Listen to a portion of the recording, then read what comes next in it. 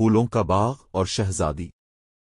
بہت عرصہ پہلے ایک خوبصورت سلطنت تھی جس کے بیچوں بیچ ایک دلکش باغ تھا۔ اس باغ میں رنگ برنگے پھول کھلتے، سبز درخت سایہ دیتے، پرندے چہچہاتے اور تتلیاں خوشبو بکھیرتی پھرتیں۔ ہر شخص اس باغ کی تعریف کرتا اور اسے جنت کا ایک ٹکڑا سمجھتا۔ بادشاہ کی بیٹی شہزادی گلاب کو اس باغ سے بے حد محبت تھی۔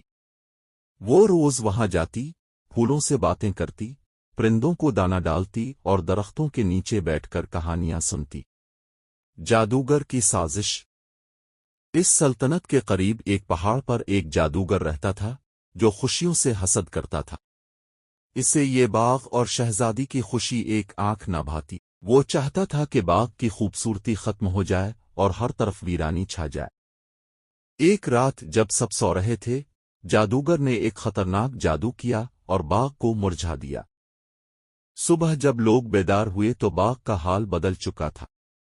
پھول مرجھا گئے، درختوں کے پتے جھڑ گئے، پرندے غائب ہو گئے اور باغ بے رنگ ہو گیا۔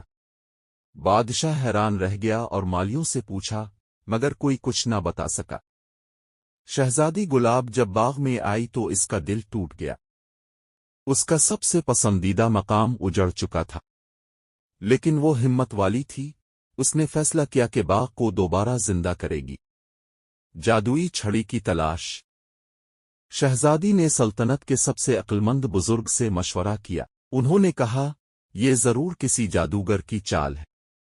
اگر تم باغ کو بچانا چاہتی ہو تو تمہیں جادوگر کی جادوئی چھڑی حاصل کرنی ہوگی، کیونکہ اسی سے اس کا جادو ختم ہو سکتا ہے۔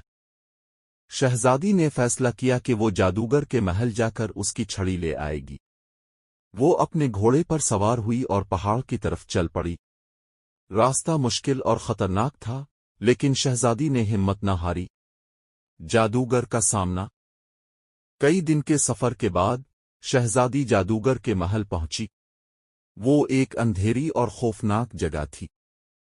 جادوگر اپنی کتاب پڑھ رہا تھا اور چھڑی اس کے پاس رکھی تھی۔ شہزادی نے ہوشیاری سے چھڑی لینے کی کوشش کی، مگر جادوگر جاگ گیا اور غصے میں بولا، کون ہے؟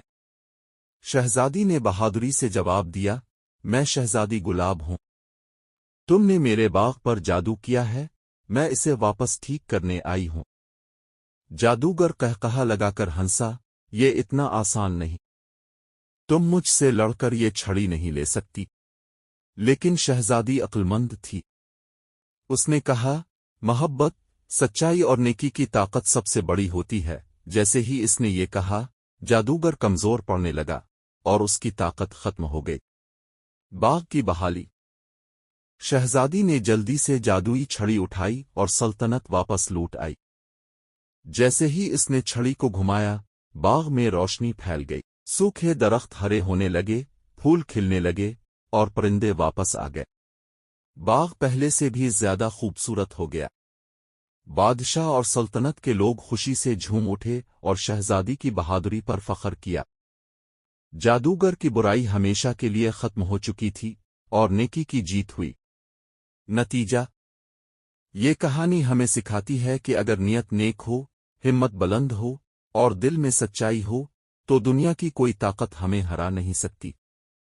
ہمیں ہمیشہ سچائی اور نیکی کا ساتھ دینا چاہیے، کیونکہ آخر میں جیت ہمیشہ اچھائی کی ہی ہوتی ہے۔